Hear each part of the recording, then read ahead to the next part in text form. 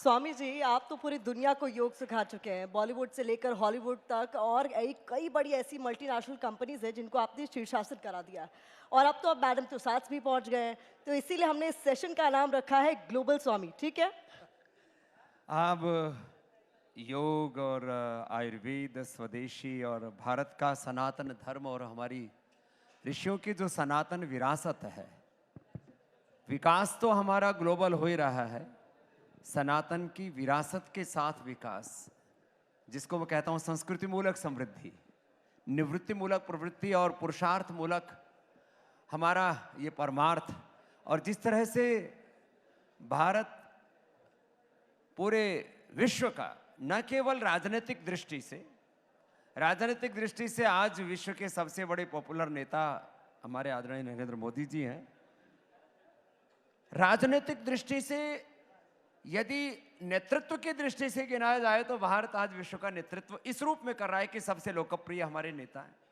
आर्थिक दृष्टि से आने वाले 10 सालों में मैं आश्वस्त हूं कि भारत तीसरे नहीं दूसरे, और यदि देश के लोग पुरुषार्थ करें तो आने वाले 2047 का हमें इंतजार नहीं करना पड़ेगा। हम 2035-40 तक ही विश्व की प्रथम आर्थिक महाशक्ति भी बन सकते हैं। वो सामर्थ्य हमारे देश में है और उसी सामर्थ्य को हम जगाते हैं, बढ़ाते हैं, लोगों को कहते हैं भाई सुबह सुबह योग करो, आपकी प्रोडक्टिविटी बढ़ेगी। अब लोग जो मुटिया जाते हैं तो थोड़ा फिर डोलमोल होने लगते हैं ना, तो हम लोगों को पतला भी करते हैं, लोगों का बीपी शुगर ठीक करते हैं, उसको कंट्रोल ही नहीं उसको क्योर करते हैं। मॉडर्न मेडिकल साइंस अभी तक जहाँ नहीं पहुँचा उससे आगे हमने योग का आयुर्वेद को पहुँचाया है। तो आज योग है, आयुर्वेद है, सनातन है, भारत है, वो पूरा ही ग्लोबल हो रहा है। और आपकी समिट का नाम ही ग्लोबल समिट है। तो इसमें अब ये जो ग्लोबलाइजेशन का जो दौर है उसमें भारत का ग्लोबल होना वो भारत की नियति है, भारत का सामर्थ्य भी है और उसी सामर्थ्य को हम बढ़ा रहे हैं। इसीलिए ग्लोबल स्वामी, ये कैसा नाम लगा आपको, ये तो बस बता ही दीजिए, क्योंकि आगे ग्लोबली आपके जो विजन है उस पर चर्चा करूंगी। टीवी 9 जो है जो कुछ करता है वह श्रेष्ठतम ही करता है। एक बार जोरदार अभिनंदन है टीवी 9 के लिए भी, हमारे भाई जो है हेमंत शर्मा जी के लिए, वरुण जी के लिए, और जो पूरी, क्योंकि सुरभि जी से तो मेरा लगभग 2 दशकों का एक आत्मीय संबंध है, प्रेम है।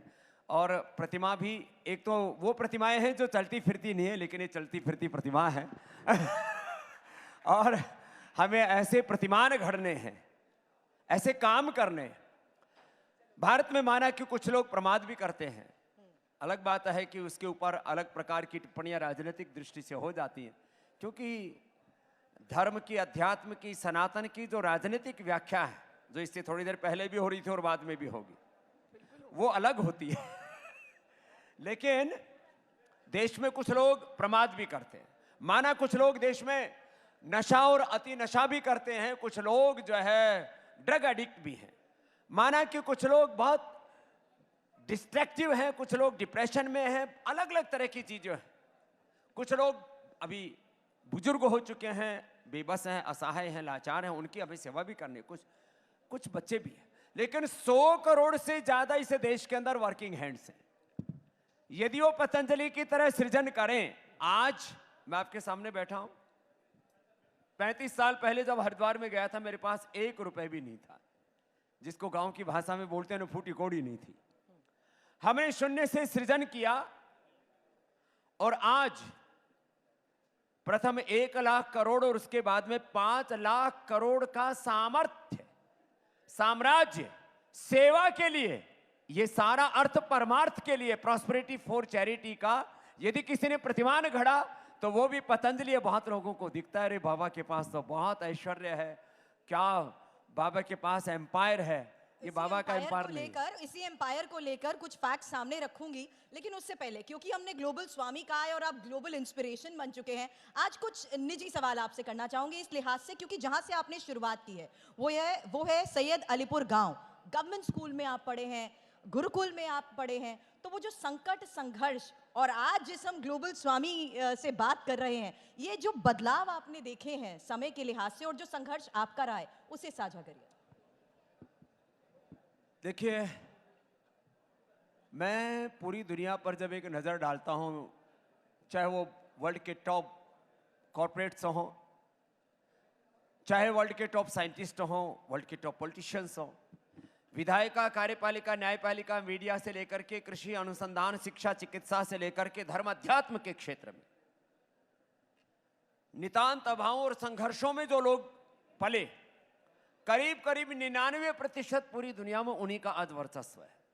तो संघर्ष, पुरुषार्थ, चुनौतियों के बीच में चाहे हिमालय जैसी बाधाएं क्यों ना खड़े हों आगे सामने, उनके बीच में जिन्होंने कभी हार नहीं मानी, जैसे वाजपेयी जी कहते थे, हार नहीं मानूंगा, राह नहीं ठानूंगा।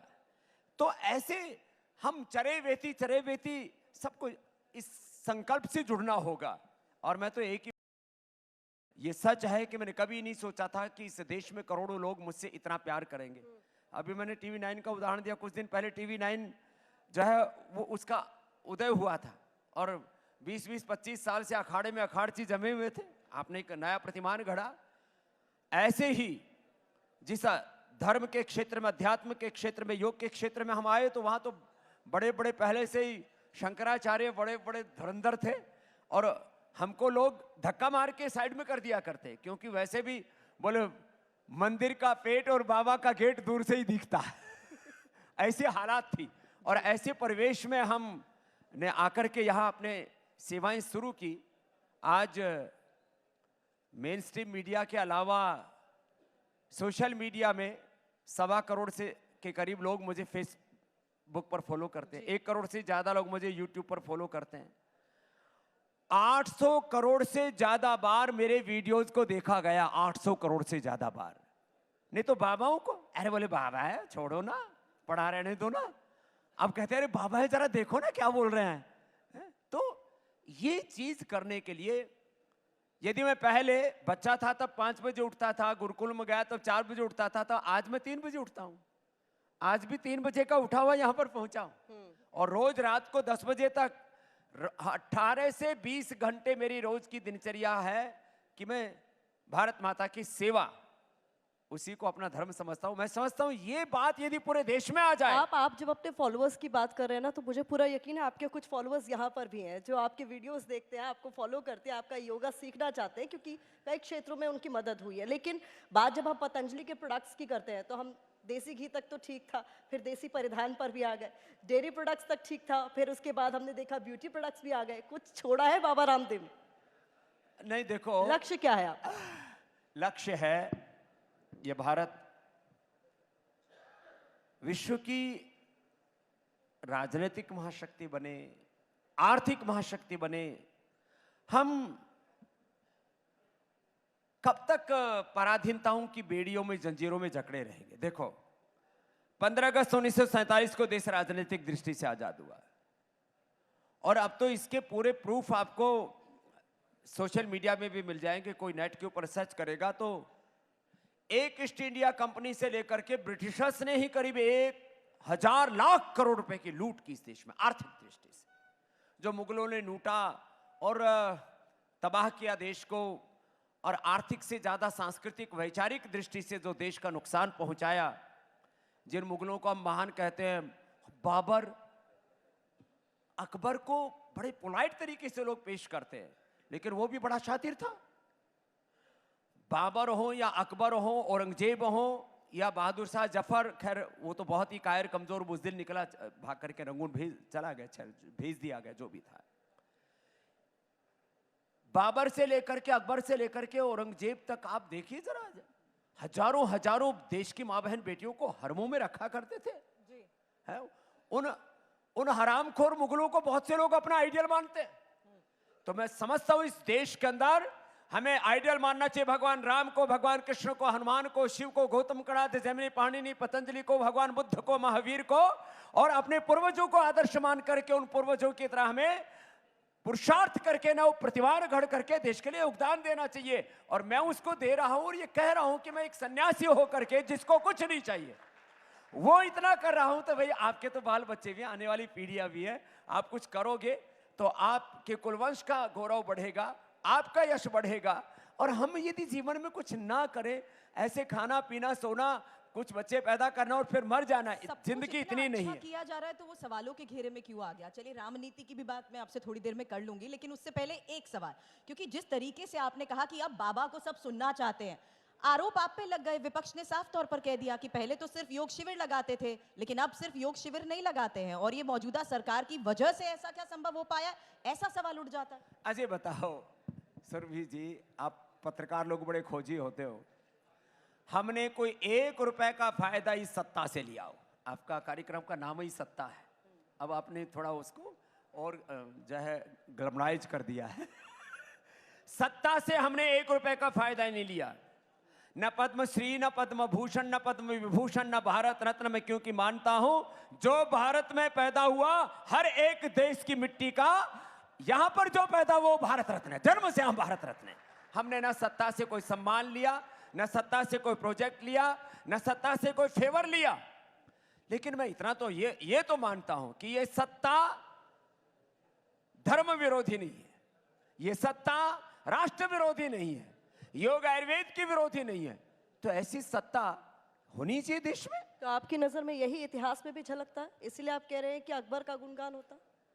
नहीं, मैं कहता हूं कि महान हमारे पूर्वजों के इतिहास को न पढ़ा करके 80% यहां पर मुगलों को, ब्रिटिशर्स को और जिन लोगों ने इस देश की सांस्कृतिक, वैचारिक, आर्थिक, राजनीतिक बहुत तरह से हानियां की, उसको उनको यहां पर बहुत ज्यादा महिमा मंडित किया गया, और अपने जो रियल हीरो थे इस देश के उनको बिसराया गया।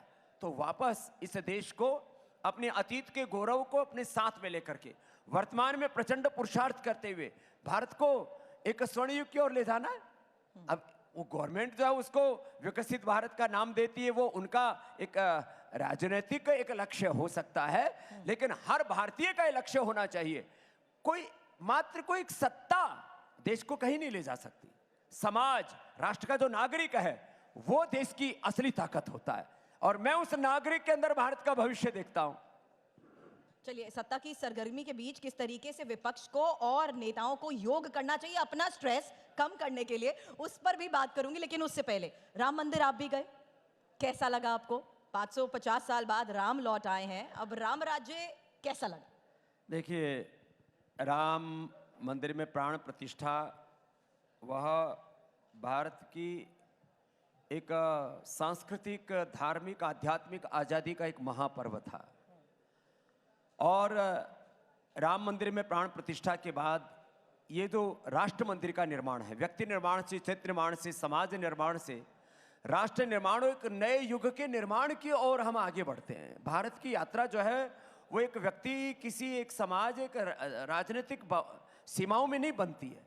हम तो किण्वंतो विश्व मारियम के और वसुधैव कुटुंबकम के उपासक हैं। इसलिए भारत कभी सीमाओं में नहीं सिमटता।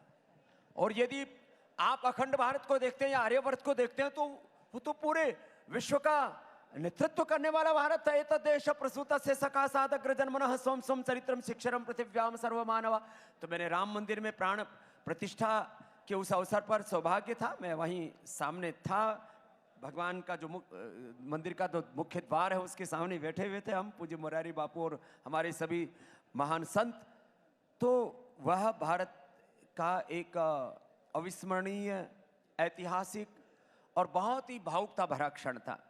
मैं ओंकार, निराकार, गायत्री का उपासक हूँ, तब भी जिस तरह से प्रथम विग्रह का दर्शन किया तो करीब आधे घंटे तक मेरी आंखों से अश्रुपात होता रहा। वो एक, अब उसमें कोई राजनीति ढूंढे वो उनका विषय है। जो सौभाग्य आपको प्राप्त हुआ वो विपक्ष के नेताओं को भी प्राप्त हो सकता था, लेकिन सत सम्मान उन्होंने न्योता ठुकरा दिया। अब उस पर यह कहा जाना कि जो राम मंदिर की प्राण प्रतिष्ठा में नहीं गया वो राम विरोधी है, आप मानते हैं? देखो, अब कोई सौभाग्य को दुर्भाग्य में बदले तब उसके दुर्दिनों को कौन टाल सकता है। तो भारत राम, कृष्ण, हनुमान, शिव और हमारी सनातनी संस्कृति के बहुत दिव्य आयाम हैं। अब लोग कह रहे हैं कि जो राम का नहीं वो किसी काम का नहीं, तो ये राजनीतिक दृष्टि से कुछ नारे हो सकते हैं, लेकिन ये सच है कि राम मंदिर का विरोध इसको या किसी भी तरह से, अभी भी मैं थोड़ी देर पहले देख रहा था, राजनीतिक दृष्टि से कुछ लोग बातें करते हैं, कि राम मंदिर का शिखर नहीं बना, मंदिर भगवान का शरीर होता है और उस पर जो है अभी भी मजदूर काम कर रहे हैं। अरे ये सारी सृष्टि भगवान का जीवंत विग्रह है। This whole universe is a live expression of almighty. यस्य भूमि प्रमांतरिक्षम उतोदरम दिवम यश्चक्र मूर्धारम तस्मै ज्येष्ठाय ब्रह्मणे नमः। और जो प्राण प्रतिष्ठा होती है वो मंदिर की दीवारों में नहीं होती, छत में नहीं होती, शिखर में नहीं होती। प्राण प्रतिष्ठा तो भगवान के विग्रह में होती है, प्रतिमा जी भगवान की प्रतिमा में होती है। अब कौन इन नादान लोगों को समझाए? मैं मूर्ख कह दूंगा तो विवाद हो जाएगा। बिल्कुल, लेकिन इन्हीं सवालों के बीच में उस उत्सुकता में सवाल ये भी आ गया है कि काशी में भोलेनाथ और मथुरा में कन्हैया अपने मूल स्थान पर कब आएंगे? तो भोलेनाथ कोई काशी में नहीं आएंगे, कृष्ण कन्हैया मथुरा वृंदावन में है तो मक्का मदीना में आएंगे। ये तो भैया ये भगवान की भूमि है तो भगवान अपनी भूमि पर विराजेंगे और वो हमारा गौरव है। किसी ने मक्का मदीना पर विवाद किया, किसी ने वेटिकन सिटी पर विवाद किया, क्यों मथुरा वृंदावन पर विवाद करते हैं, क्यों काशी विश्वनाथ में विवाद करते हैं? भगवान इनको सद्बुद्धि दे, नहीं तो इनको सदगति दे, मोक्ष तो जिनको प्रदान आप करे। सद्बुद्धि देने के लिए कह रहे हैं ना, वो कह रहे हैं मुस्लिम धर्मगुरु कि हमारे सब्र का इम्तिहान लिया जा रहा है। देखो, एक है भारत का राजनीतिक संविधान, एक भारत का है सांस्कृतिक संविधान। भगवान राम, भगवान कृष्ण, भगवान शिव ये देश के सांस्कृतिक संविधान है, विधान है। और ये भारत के भाग्य विधाता हैं, ये भारत के प्राण प्रदाता हैं। भारत वहीं से शुरू होता है और उन्हीं में पूरा होता है। बात की ये जो पूरी लीला है, ये तो लीला है। इसी में जिस तरीके से मुस्लिम धर्मगुरुओं का प्रतिमा ने नाम लिया, बकायदा चेतावनी दी गई। ये कह दिया गया कि सब्र का बांध ना टूटे, तो उन्हें बता दीजिए कौन सा योग करना चाहिए, क्योंकि वो तो ये भी कह चुके हैं कि जो लाठी अपने आप को बाबर और जो है औरंगजेब का मुगलों का वंशधर मानते हैं उनको आपत्ति है। बाकी जितने यहाँ मुसलमान हैं 99.99% यहाँ जो मुसलमान है वो राम कृष्ण की संतान है, वो ऋषियों की संतान है। हमारे मजहब लोग हो सकते, पूर्वज तो अलग नहीं हो सकते। तो अपने पुरखों का अपमान करने वालों को आप क्या कहेंगे? तो भगवान उनको भी सद्बुद्धि दे। बाकी जो है उनकी आधी दाढ़ी गई, मूछ गई, कहीं पूछ भी ना चली जाए। बात मैं उत्तराखंड की करना चाहूंगी। वहां पर यूनिफॉर्म सिविल कोड लागू हो गया, पूरे देश में लागू होना चाहिए, इसको लेकर लंबी बहस चली। एक देश, एक कानून, एक समान अधिकार, एक समानता का भाव देश में क्यों नहीं होना चाहिए? एक देश में दो झंडे, दो कानून, ये जो पूरा दोगलापन कैसे चल सकता है? तो एक देश में एक विधान होना ही चाहिए। तो समान नागरिक संहिता ये तो हमारे संविधान की मूलभूत भावना है। संविधान की जो आत्मा, the soul aspect of our constitution is equality. तो और यही हमारा वेद का भी उद्घोष है, एकत्व मनुपश्यतः सहनाओ, तो एकत्व सह अस्तित्व और सामंजस्य, हार्मनी, परस्पर भावयन्तः श्रेयः परमावाप्स्यथ यत्र विश्वम भवत्येक नीडम। तो संविधान की मूल आत्मा के अनुरूप है समान नागरिक संहिता, और उसका प्रारंभ उत्तराखंड से हुआ है। मैं आश्वस्त हूं कि धीरे धीरे पूरे देश के राज्यों में, पूरे देश में समान नागरिक संहिता ही नहीं होनी चाहिए, समान नागरिक संहिता भी होनी चाहिए, जनसंख्या नियंत्रण भी होना चाहिए। और इस देश के अंदर सभी दिशाओं से सबको एक स्वर से ये मानना चाहिए, हमारी मजहबी मान्यताएं जो भी हो, हम भारतीय होने का गौरव अनुभव करें, राष्ट्र धर्म को, राष्ट्रहित को सर्वोपरि माने। सत्ताएं आएंगी और जाएंगी, देश तो सदा से था, सदा है और सदा रहेगा, तो उससे बड़ा कुछ नहीं हो सकता। स्वामी जी, लेकिन इस विजन को आसानी से क्यों नहीं समझा जा सकता? क्यों आखिर फिर ओवैसी साहब ये कहते हैं कि ये यूनिफॉर्म सिविल कोड नहीं है बल्कि हिंदू कोड बिल है, हिंदू राष्ट्र बनाने की ये तैयारी है? अरे भाई, ओबीसी तो उल्टा दिमाग का आदमी है, पता नहीं से कौन सी घड़ी नक्षत्र में पैदा हुआ और उसके पुरखों ने भी देश के साथ धोखा किया। वो भी अच्छा क्या है, जो जितना उल्टा बोले उतना हेडलाइंस में बना रहता है। और अच्छा है ओबीसी, जितना ज्यादा ओबीसी बोलता है उतना ही ज्यादा मोदी जी को फायदा होता है। इसलिए काफी पॉलिटिक्स में लोग उनको बीजेपी की बी टीम भी कहते, मैं नहीं कह रहा हूँ। तो वो बी टीम ओबीसी जितना उल्टा बोलेगा स्वामी जी, उतना नरेंद्र मोदी जी का बीजेपी फायदा की होगा। बी टीम है और क्या? वो जो मुसलमानों का पोलराइजेशन है उसको तोड़ता है, उसको रोकता है। जो मुसलमानों के पुरोधा बने हुए हैं उनसे उनको छटका देता है, तो अच्छा है। मतलब अगर वोट मोदी जी के बढ़ रहे हैं, पॉपुलैरिटी मोदी जी की बढ़ रहे हैं, तो कहीं ना कहीं इनडायरेक्टली हेल्प कर रहे हैं। ना, बीटी में अच्छी क्या बात है। बीटी में क्या उनका भी ओवैसी? योगदान रहना चाहिए। तो ओवैसी जी अपना योगदान दे रहे हैं, उसमें राहुल गांधी जी भी अपना योगदान दे रहे हैं, उसमें बहुत सारे ऐसे राजनीतिक तो लोग हैं। आप ये कह रहे हैं बीजेपी के साथ मिले हुए हैं ओवैसी जी? नहीं, मैं कह रहा हूं आज मोदी जी की जो लोकप्रियता है उनका अपना पुरुषार्थ तो है ही, इसमें बहुत सारे विपक्ष के नेताओं को जो सनातन को कीड़े मकोड़े बोलते हैं, जो भगवान रामकृष्ण को अपशब्द कहते हैं, जो अलग अलग प्रकार से भारत और भारतीयता के ऊपर प्रश्न खड़े करते हैं, तो इसी जो मोदी जी को पता नहीं उनकी जाति के ऊपर, उनके माता पिता के ऊपर, उनके जीवन के ऊपर कई तरह से, तो जितना भी ये कुछ हो रहा है ना भाई, मोदी जी की 400 पार जो आए या ना आए, यदि ये सारे विपक्ष वाले ऐसे उल्टे पुल्टे बोलते रहे तो फिर तो 400 पार लगी जाएंगे। देखिए, आरएसएस कह रही है कि जहां तक बात हिंदू राष्ट्र की है, सिर्फ सांस्कृतिक अवधारणा है, इसे संवैधानिक मान्यता की जरूरत नहीं है। इस पर आपका क्या विचार? देखिए, आप उसको ऐसा बोलिए, भारत एक सनातन राष्ट्र है। सनातन माने जो शाश्वत है। भारत एक आध्यात्मिक राष्ट्र है, इसमें कोई विवाद नहीं है। तो दरअसल कुछ लोग शब्दों में और अलग अलग प्रकार के, जिसको कहते हैं ना, कुछ नैरेटिव घड़ने में बड़े माहिर होते हैं, तो मैं उस पचड़े में पढ़ना ही नहीं चाहता। मैं तो कह रहा हूँ ना, भारत स्वभाव से ही एक आध्यात्मिक राष्ट्र है। भारत सनातन को फॉलो मानने वाला राष्ट्र है। भारत ऋषिमुनियों का देश, इसको कौन डिनाई करेगा। और हिंदू राष्ट्र से मतलब ये तो है नहीं कि यहाँ से मुसलमानों को, ईसाइयों को या किसी और मतावलंबी को खदेड़ दिया जाएगा। भारत में तो सदा सदा से सारी संस्कृतियाँ बढ़ी हैं, पली हैं, पोषित हुई हैं। और आपको मैं एक बात बताना चाहता हूँ, इस्लाम के जो मूल सिद्धांत है, ईसाइयत के जो मूल सिद्धांत है, और जितने भी पूरी दुनिया में विचारधाराओं के नाम पर जो भी पूरा एक आइडियोलॉजिकल थॉट प्रोसेस जो भी है, उसका जो मूल है वो भारत है। तो इसमें तो कोई प्रश्न नहीं। इस आइडियोलॉजिकल थॉट प्रोसेस को एक नरेटिव क्यों कह दिया जाता है? लेकिन अब मैं सवाल उस आधार पर आपसे कर रही हूँ क्योंकि आपके शिष्य हैं, और पंडित धीरेन्द्र शास्त्री का मैं यहाँ नाम इसलिए ले रही हूँ क्योंकि उनका एक स्टेटमेंट कोट करना चाहती हूँ। वो खुले मन से ये बात कहते हैं कि आप मेरा साथ दो, मैं भारत को हिंदू राष्ट्र बना दूंगा। अब संविधान में तो भारत को सेक्युलर राष्ट्र लिखा गया है, तो क्या संविधान में भी बदलाव करवा देंगे?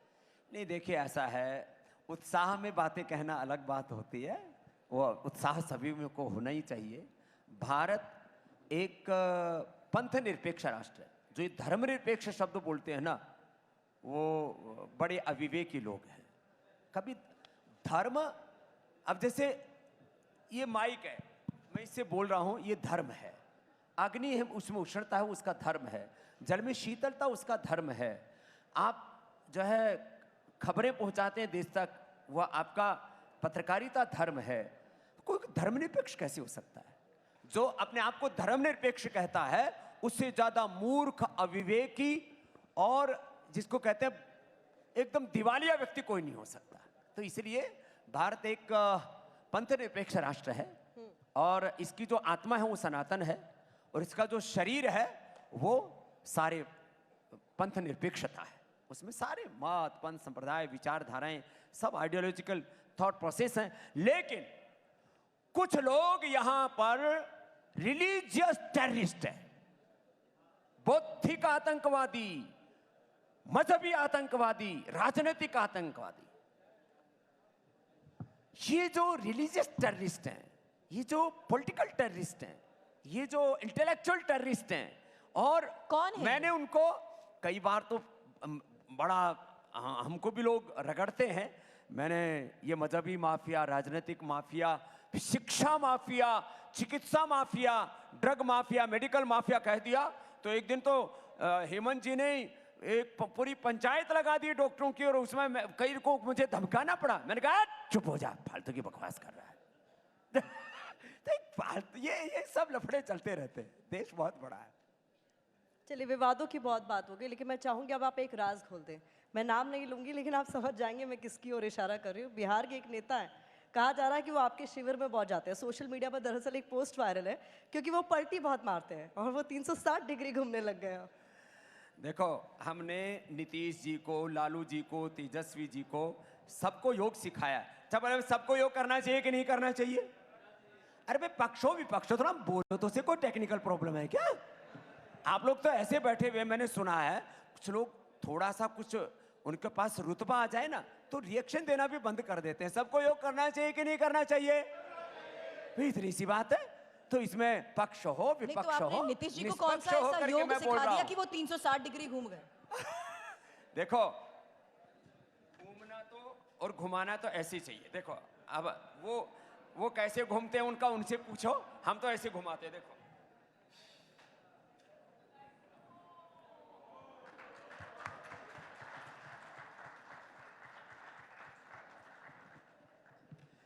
तो सबको योग करना चाहिए।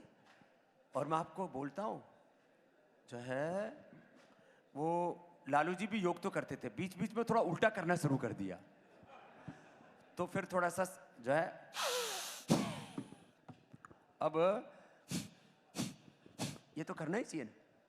आजकल तेजस्वी सही योग कर रहा है। उस लड़के की देखो, मैं किसी की ना निंदा करने आया हूं ना स्तुति करने आया हूं। मैंने पहले आपको बोल दिया था, आप देखो मुझे पक्ष विपक्ष में नहीं, मुझे निष्पक्ष रखना। लेकिन तेजस्वी जो है जिस तरह से बिहार में निकला है, वो लाखों लोग उसको सुनने आ रहे हैं, उस लड़के को। तो मैं तो चाहता हूं, देश में प्रधानमंत्री जी खुद कहते हैं कि सत्ता पक्ष के साथ विपक्ष भी देश में मजबूत होना चाहिए, यही लोकतंत्र है।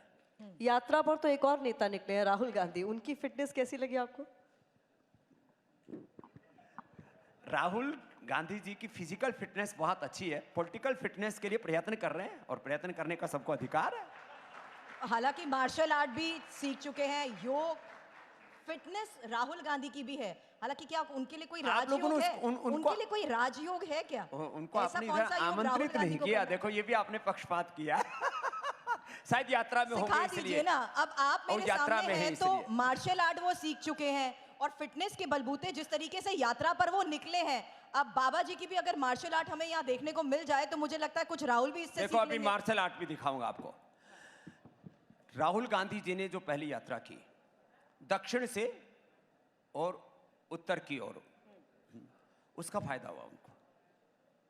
आज उनका राजनीतिक वजूद बच गया क्योंकि कर्नाटक और तेलंगाना वो जीत गए। तो नहीं कल्याण कृत कश्चित दुर्गतिम तात गच्छति। जो भी कोई पुरुषार्थ करता उसको कुछ तो फल मिलता ही है। यदि राहुल गांधी यात्रा न करते तो कर्नाटक और तेलंगाना इनके हाथ में ना आते। तो अभी भी हाथ पैर मार रहे हैं, सबको अधिकार है इसमें। जहां तक अब देखो फिटनेस की बात है, तो आपने मेरे साथ बहुत योगा किया, पहले इधर आओ। और अब सुनो, आप लोगों को भी एक बात कहता हूं, ये ठीक है ये बतियाना, ये सब इंटरव्यू देना, हेडलाइंस बनाना। हेडलाइंस तो हम 10 मिनट में 10 बना सकते हैं, लेकिन फिर उस बाद में फिर उसको झेलना बड़ा मुश्किल हो जाता है। तो लेकिन ये वाला जो कार्यक्रम है ना, भारत के व्यक्ति को देखो 55 में भी बचपन जैसी स्फूर्ति होनी चाहिए। अब हम लोग जो है 55 में भी बचपन जैसी स्फूर्ति रखते हैं। इधर आओ, ये हेमंत जी, मैं माइक पकड़ लेती हूं, मैं इस आउटफिट में नहीं कर पाऊंगी। हेमंत जी है ना, हम पता नहीं क्या करवा। देखो, एक तो इतने से ऐसे खड़े हो ना तो 1 सेकंड में ये ऐसे हो जाए, ऐसे खड़े ही नहीं होना। आप हाथों के बल, जैसे पैरों के बल चलते हैं तो हाथों के बल चल भी पाए ऐसे। जोरदार तालियां। जो है जहां तक फिटनेस की बात है तो मैं ही संभाल लेता हूं माइक। देखो, अब इतनी फिटनेस होनी चाहिए कि आप ऐसे, माइक बीच में ही, जोरदार तालियां। ये फिटनेस होनी चाहिए। और ये फिटनेस पाने के लिए आपको योग करना पड़ता है। अब हनुमान जी का नाम तो सब लेते हो, हनुमान चालीसा तो पढ़ते हो। हनुमान चालीसा हनुमान दंड के साथ पढ़नी चाहिए। जय हनुमान ज्ञान गुण सागर, जय कपीस लोक उजागर, रामदूत अंजनी पुत्र पवन सुत नाम। ऐसे करो, ये ऐसे करनी चाहिए। इसको कहते हैं फिटनेस। तो ये है हमारा देसी व्यायाम। और जो इसको करता है ना, इसको ऐसे रहना चाहिए। तालियां। और शीर्षासन, लोगों से सीधे सीधे बैलेंस नहीं बढ़ता, लेचर पचर चलते रहते। ये बैलेंस रहना चाहिए ऐसे। जोरदार तालियां। तो अब ये संतुलन पाने के लिए सुबह मेहनत करनी पड़ती है। लेकिन तालियां बजाने के लिए मेहनत नहीं करनी पड़ेगी, बल्कि ये भी एक बहुत अच्छा। तो देखो, ताली बजाने से किसी का सत्कार और आपका उपचार भी हो जाता है। बिल्कुल। और अब नहीं बजाओगे तो अगले जन्म में हो सकता है वैसे ही बजानी पड़े। लेकिन तो बात, क्योंकि खैर, स्वामी जी, तो इतना भी ना कर पाओ अब तालियां रुकनी नहीं चाहिए, अब तालियां बिल्कुल नहीं रुकनी चाहिए। तो इतना भी ना कर पाओ। देखो, हम तो योग सत्ता वाले हैं, धर्म सत्ता वाले हैं, और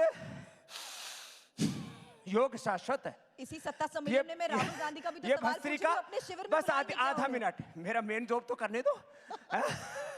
तो मेरा जो मेन जॉब है वो योग है, भस्त्री का कपाल भाती, और ये अनुलोम विलोम बड़ा जबरदस्त है। मुझे लगता है एक बार किंग जोम को भी कराना पड़ेगा।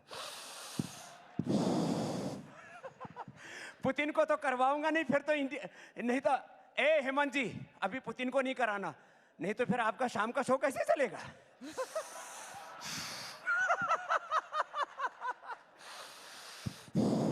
हम योग वाले हैं, इंडिया टीवी युद्ध टीवी 9 युद्ध वाला भी है। नहीं, आप इंटरनेशनल राजनीति पे पहुंच गए। सत्ता सम्मेलन में मैं सत्ता से जुड़े राहुल गांधी की बात कर रही हूँ, वो आप मुझे नहीं बता रहे। उन्हें अपने शिविर में बुलाएंगे या नहीं, योग सिखाएंगे या नहीं? बहुत कुछ इम्बैलेंस है, शायद सब कुछ बैलेंस हो जाए योग से।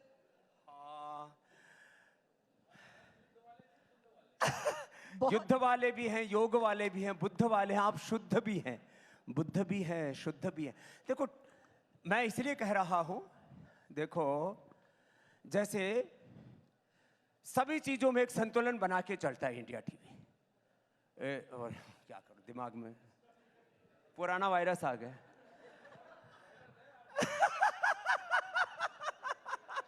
आप ही उसके जन्मदाता है, तो भाग्य विधाता।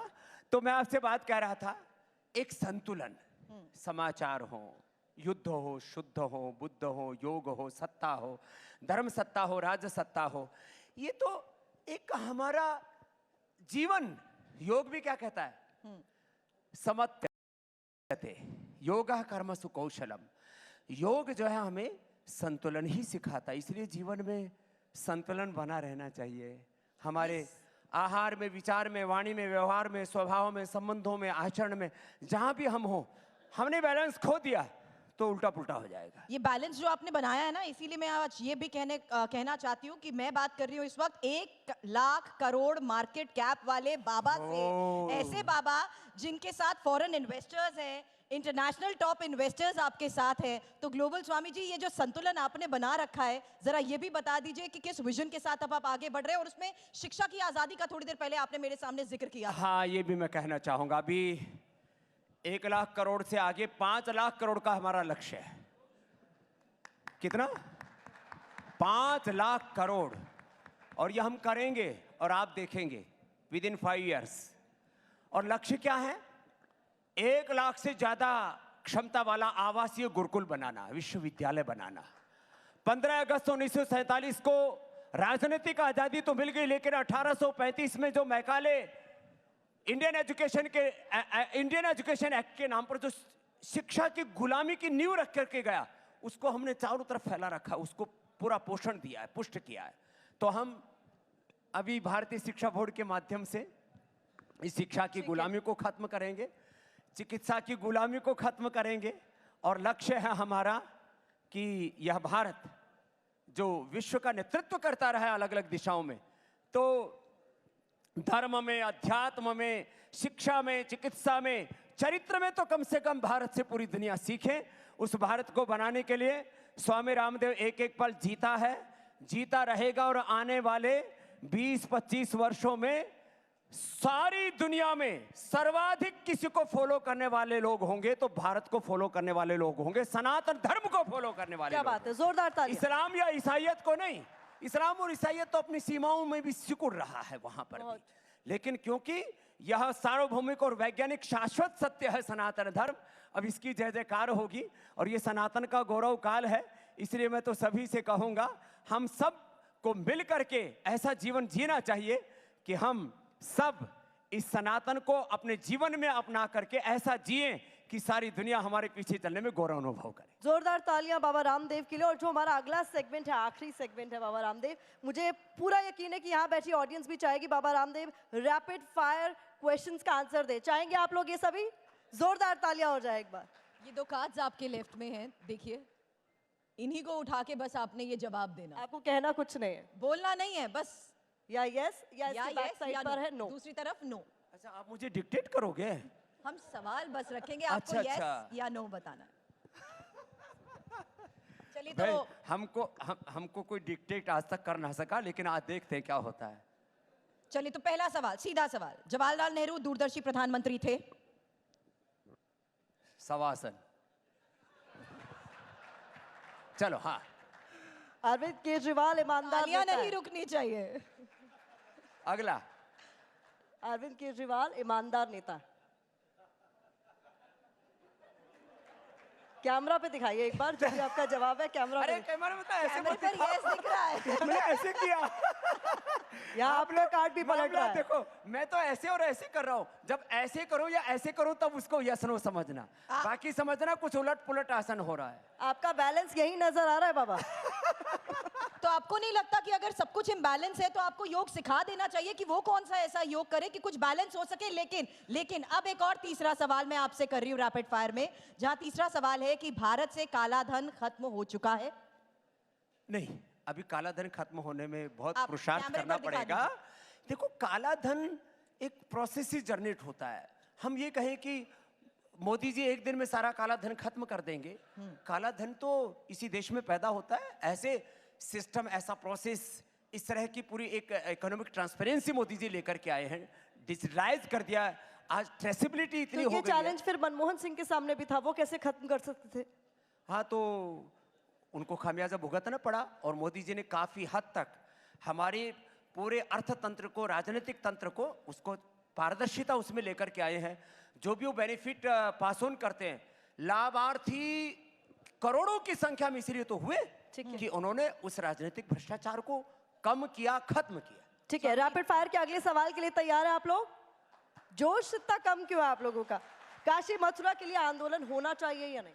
काशी मथुरा के लिए आंदोलन नहीं होना चाहिए। काशी मथुरा के लिए सारे मुसलमानों को खुद आकर के खड़ा होना चाहिए। यस या नो? कि भाई, राम और कृष्ण हमारे वंशज हैं और हम उनके वंशज हैं, राम कृष्ण के, उनका मंदिर बनना ही चाहिए। ये पहल मुसलमानों को करनी चाहिए। यस। चलिए, बहुत बहुत शुक्रिया TV9 भारतवर्ष के इस मंच पर हमारे साथ जुड़ने के लिए। और ये तालियां प्लीज बिल्कुल भी रुकनी नहीं चाहिए, क्योंकि जिस अंदाज में आज स्वामी रामदेव ने बड़ी बेबाकी से ये जो जवाब दिए हैं और सत्ता की सरगर्मी के बीच जो योग सिखाया है, वो बहुत TV9 की फिर से जय जयकार हो। TV9 ग्लोबल भी हो रहा है, और जिस तरह से आपने सत्ता को, धर्म सत्ता को और सारी व्यवस्था को एक बुलंदी देने के लिए एक बुलंद आवाज यहां से दे रहे हैं, उसके लिए हमारे सारे विद्वान और विदुषी, हमारे एंकर्स को, हमारे हेमंत शर्मा जी जो सदा बाहर हैं, मैं इनको हेमंत शर्मा जी को कभी कभी सदा बसंत है, सदा बसंत, सदा बहार है। बहुत बहुत धन्यवाद, बहुत बहुत प्रणाम। बोलो भारत माता की।